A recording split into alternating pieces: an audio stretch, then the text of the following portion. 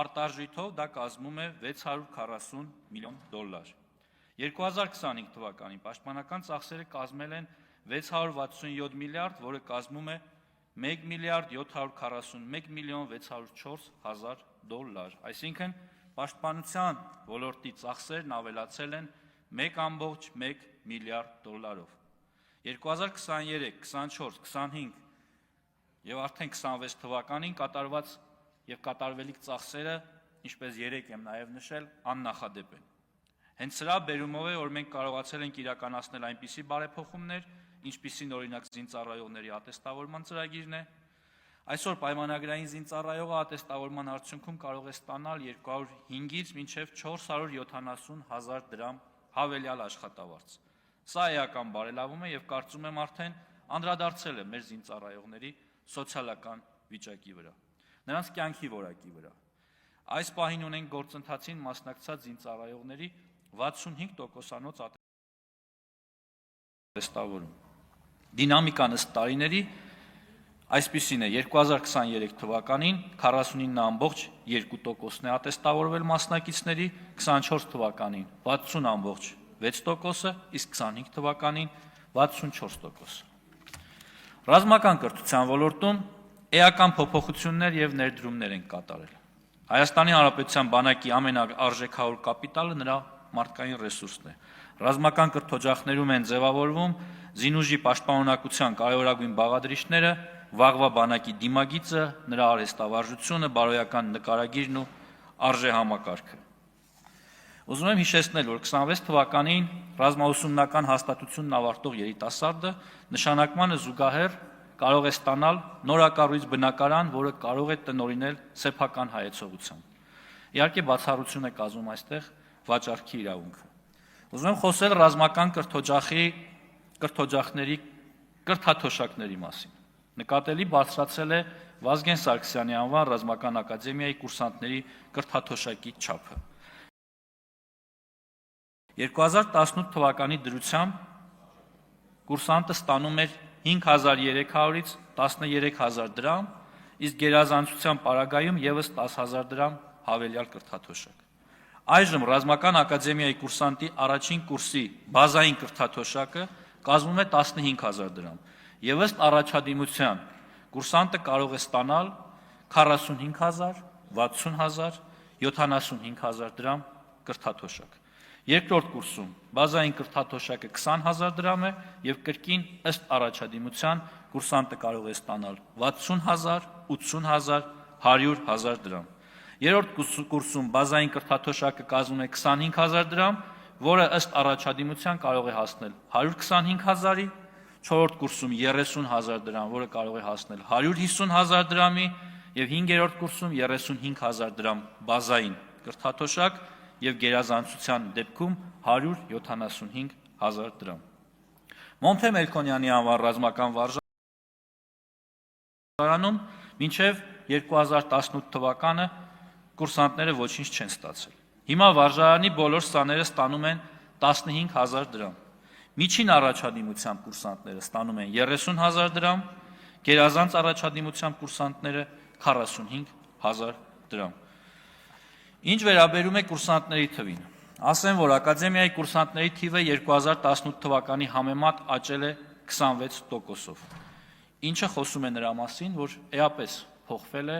մեր հանրության վերաբերմունքը ռազմական կրթության նկատմամբ եւ երիտասարդների վերաբերմունքը այս մասնագիտության նկատմամբ։ Չեմ կարող չանդրադառնալ պաշտպան հայրենիաց ծրագրին, հիշեցնեմ, որ ծրագրով ժամկետային զինծառայողները դառնում են պայմանագրային եւ 5 տարով պայմանագիր են կնքում պաշտպանության նախարարության հետ։ Ավելին ասեմ, օրենսդրական մեկ այլ նախաձեռնություն ունենք, որի համաձայն պաշտպան հայրենիաց ծրագրի շահառուները կարող են պայմանագիրը դարձնել 7 եւ 10 տարով։ Ինչպես արդեն նշել եմ, միայն 2 տարվա ընթացքում ծրագրի շահառուների թիվը 4220 է, որը պարբերաբար աճում է։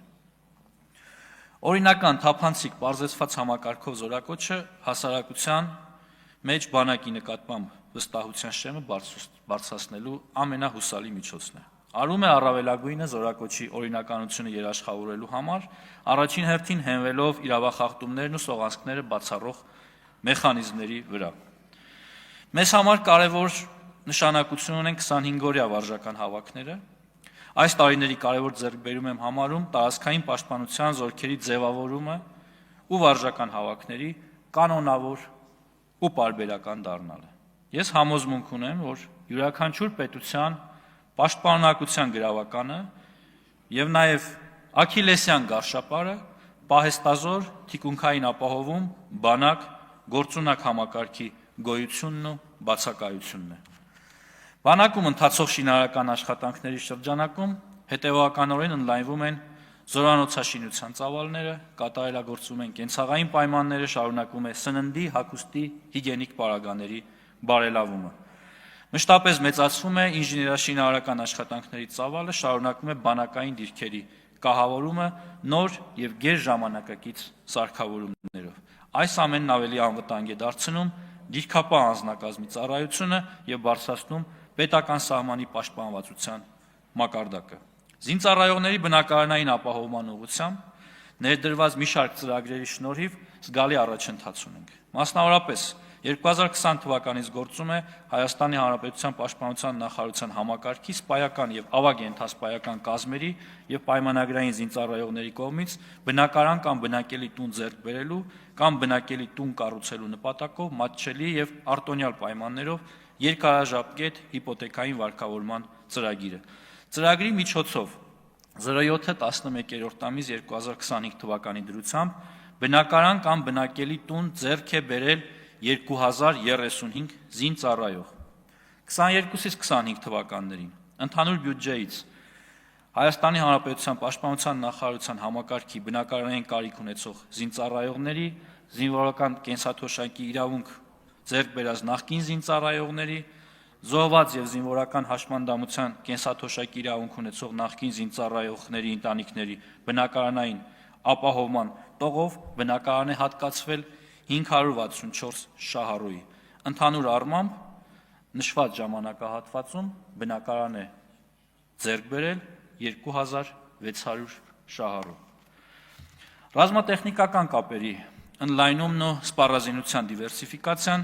մեր անվտանգային ճարտարապետության գլխավոր ուղղություններից է։ Հենց այս տրամաբանությամբ էլ շարունակում ենք զինված ուժերի սպառազինության արդիականացման ուղղված աշխատանքները, համագործակցությունը նոր գործընկերների հետ։ Մեր ուշադրության կենտրոնում է նաև տեղական ռազմաարդյունաբերությունը։ 2022 թվականին մենք ունեցել ենք մոտավորապես տեղական ռազմաարդյունաբերական ընկերությունների հետ 5.5 միլիարդ դրամի պայմանագիր։ Հետագայում եռամյա պայմանագրերի արդյունքում այդ թիվը այսօր դարձել է 171 միլիարդ ՀՀ դրամ։ Հայաստանն իր սպառազինությունն ու բանակը օգտագործելու է մեկ նպատակով՝ Հայաստանի Հանրապետության տարածքային ամբողջականությունն ու ինքնիշխանությունը պաշտպանելու համար։ Հարգելի գործընկերներ, բանակի խելամիտ համալրումը մեր ռազմավարական առաջնահերթություններից է։ Գործող բազմաթիվ այլ ծրագրերին ու միջոցառումներին մենք հավելել ենք նյութական խթանների ներդրումը, պատվովճարների եւ առանձնաշնորհումների տեսքով։ Ռազմական բուհերի շրջանավարտներին